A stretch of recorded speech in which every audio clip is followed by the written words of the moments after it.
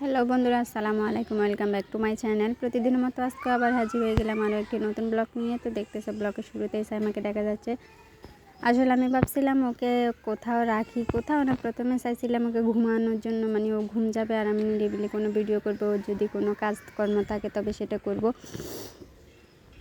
কিন্তু আর সেটা কোথায়, সেটা তো আর হলো না। ও হচ্ছে যে কি আমি উঠে চলে আসছি, দরজা আসতেই করে মারছি, কিন্তু ও উঠে চলে আসছে আমার সাথে সাথে, এমন জোরে কান্না করে উঠছে, মানে দরজা মারি আসার পরে ও চিৎকার দিচ্ছে জিদ করে। আমি আর দরজা খুলি নাই, কিন্তু ও হচ্ছে যে কি এমনভাবে কান্না করতেছে। পরে আমি আবার দরজা খুলে ওকে নিয়ে আসছি। তো এখানে এখন আবার কি দেখছে, আমাকে কি জানি বলতেছে, আমি বুঝতে পারতেছি না। বারবার জিজ্ঞেস করতেছে কি কি এটা কি এটা কি, এখানে কিছু একটা দেখে আমাকে জিজ্ঞেস করতেছে এটা কি। ও একটু একটু কথা বলতে পারে, এটা কি, তারপরে ওটা কি, তারপরে হাম্বা, মানে আমরা ওকে যেসব কিছু বলে একটু খাওয়ানোর চেষ্টা করি ওসবই বলে। আর এখানে অবশ্যই এখন একটু সুবিধা হয়েছে, সেটা হচ্ছে যে কি সেটা হচ্ছে মানে এখানে পাশের বাড়ি যেটা নতুন করতেছে সেটা অবশ্যই তোমরা দেখছো, মানে এখনও অনেক পুরোটাই করা হয় নাই, কিছুটা কমপ্লিট হয়েছে। তো এখানে বিশেষ করে যে জিনিসটা সেটা হচ্ছে যে কি ওকে তো হাঁস মুরগি দেখায় ভাত খাওয়াইতে হয়, যদিও একটু একটু, মানে ভাত তো খাবে না, তারপরে চেষ্টা করে একটু সবজিটা বেশি দিয়ে বা মাছটা একটু বেশি দিয়ে ওকে ভাত অল্প দুটো হলেও খাওয়াইতে। তো মুখ থেকে বের করে ফেলেই দিবে খাবার নিয়ে। তো প্রথম প্রথম বাচ্চারা একটু একটু খেলাধুলা করবে, নষ্ট করবে। তো সেজন্য আমি ওকে খাবারটা খুব অল্প পরিমাণে খাওয়ানোর চেষ্টা করি, কিন্তু পুষ্টিমানের খাবারটাই খাওয়ানোর চেষ্টা করি। শাক কিন্তু ও অনেক ভালোবাসে, আর আমি শাকটাই ওকে খাওয়াইতে বেশি চাই, কারণ শাক হচ্ছে যে সবুজ খাবার। তো সবুজ প্রত্যেকটা খাবারে, লাল সবুজ এই ধরনের খাবারগুলোতে কিন্তু প্রচুর পরিমাণে ভিটামিন থাকে। তো চলো তোমাদেরকে আমি নতুন বাড়ি যেটা হচ্ছে সেটা দেখাই। আসলে এখন একটু একটু হলেও আমার কষ্টগুলো কমবে। আর এখানে মাঠের মধ্যে হচ্ছে যে কি, যদি আমি তো মৌসুমগুলো জানি না, আসলে কোন সময় ধান রোপণ করে কোন সময় জ্বালা রোপণ করে সেসব জানি না, কিন্তু মানে এখানে যদি যদি খালি থাকে তাহলে তো গরু বাঁধবে। তো গরু বাঁধলে ওকে কিন্তু খাবার দাবার খাওয়াইতে অনেকটাই সুবিধা হবে, আর গরু না বাঁধলেও সুবিধা হবে। তার কারণ হচ্ছে যে কি, যে পাশের বাড়িতে 4টা নাকি 3টা গরু আসছে। তো হাঁস মুরগি দেখাইতে যতটুকু মানে অভ্যস্ত, ও তো এসব দেখতে দেখতে বুঝে যায়। দেখবেন অন্য কিছুর প্রতি খেয়াল হয়ে গেলে ওর মুখে যে খাবার দিচ্ছে সেটাও বুঝতে পারে না। তো যাই হোক, সবাই আমাকে ঝাড়ি দেয় যে ওর 1 বছর আগে 5 মাস থেকে মানুষ নাকি খাবার দাবার দেয়, মুখের মধ্যে পানি টানি দেয়। তো আমি ওসব দিই নাই। আমি ভাবছি সমস্যা নাই, যেহেতু বয়স পড়ে আসতে, খাবার তো শিখতেই পারবে, আর খিদে লাগলো তো এমনিতেই খাবে।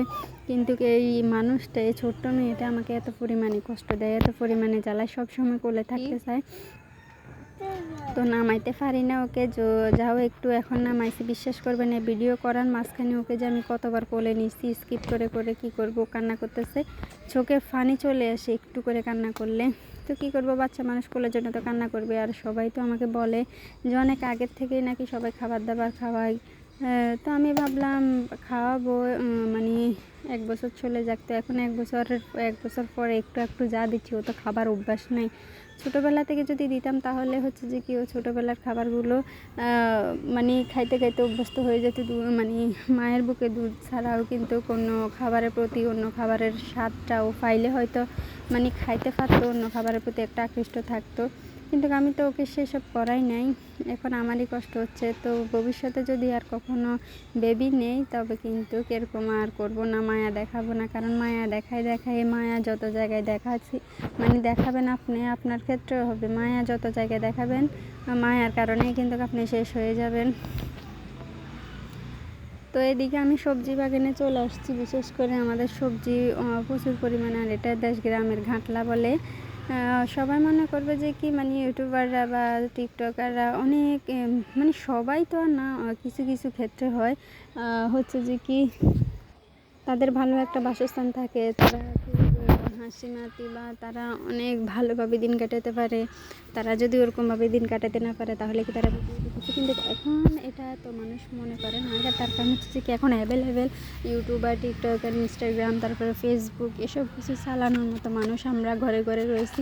তো যাই হোক, আমরা সবাই জানি আসলে ইউটিউবাররা বা অনলাইন জগতে যারা আছি তারা আসলে কেমন। তো যাই হোক, সবাই কিন্তু আবার এমন না, সবাই হচ্ছে যে কি কেউ কেউ হচ্ছে যে কি তাদের বাপদাদার দিন না জমিদারি আছে, সেসব আবার কেউ কেউ ভাগ্যের জোরে হয়ে গেছে বড়লোক, বা কেউ তার পরিশ্রমের কারণে। তো যাই হোক, যদি মানে ইউটিউবের মাধ্যমে আমরা স্বামী স্ত্রী যদি সফল হতে পারি, তবে আমাদেরও একটা সফলতার গল্প থাকবে, সেটা অবশ্যই তোমাদের সাথে শেয়ার করব। তো তোমরা আমার ভিডিওগুলো যদি প্রত্যেক দিন এভাবে নিয়মিত দেখতে থাকো, অবশ্যই আমাদের সফলতা কোন জায়গায় গিয়ে হয়। আর দেখো আমাদের ঘরবাড়িগুলো কেমন, আসলে মানুষ কোথায় থেকে কোথায় হয়, সেই সবই হচ্ছে যে কি আমার এই ব্লগের স্মৃতি। যদি আল্লাহ আমাদেরকে বাঁচায় রাখে, তবে তোমাদেরকেও দেখাবো, সেই সুযোগ যেন আল্লাহ আমাদেরকে দেয়, আমাদের পরিবর্তন যেন তোমরা দেখতে পাও, আমাদের সুন্দর ভবিষ্যৎ যেন তোমরা দেখতে পাও। সেজন্য আমরাও কিন্তু অনেক আশা নিয়ে কিন্তু ভিডিওগুলো করি। তোমরা যারা আমাদের ভিডিওগুলো দেখো, অবশ্যই আমাদের চ্যানেলটিকে সাবস্ক্রাইব করে আমাদের পাশে থাকবে। আর যারা সব সময় আমাদের পাশে থেকেছে তাদেরকে অসংখ্য ধন্যবাদ, তারা আমাদের চ্যানেলটিকে সাবস্ক্রাইব করেছে, তাদেরকে অসংখ্য ধন্যবাদ।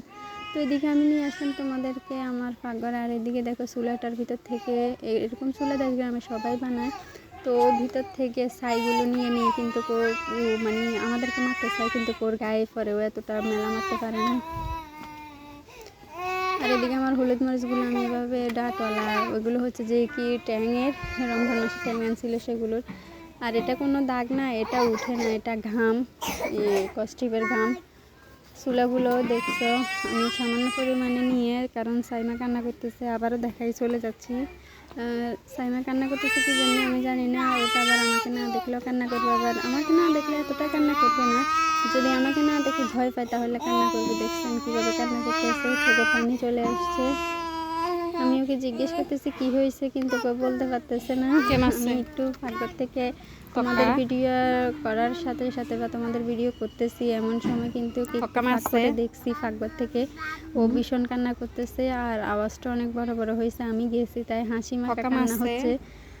তো আমার এই ছোট্ট কিউট বেবিটার জন্য অবশ্যই সব বাবা মা সুন্দর লাগে, নিজের বেবিকে সবাই কিউট বেবি বলে, তো তেমনি আমার বেবিটাও আমার কাছে কিউট লাগে। তোমাদের কার কাছে কেমন লাগে অবশ্যই আমাকে কমেন্টের মাধ্যমে জানাবা।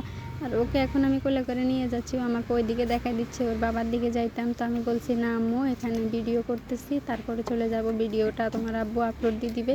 তো চোখের পানি আমি মুছে দিছি, তারপরেও কিন্তু চোখের পানি আবার বের হচ্ছে। তো সবাই ওর জন্য দোয়া করবা, আর ভবিষ্যতে ও কিন্তু চ্যানেলে আসবে, সবাই দোয়া করবা। আজ এ পর্যন্ত, সবাই সুস্থ থাকবা, ভালো থাকবা, আর আমাদের জন্য বেশি বেশি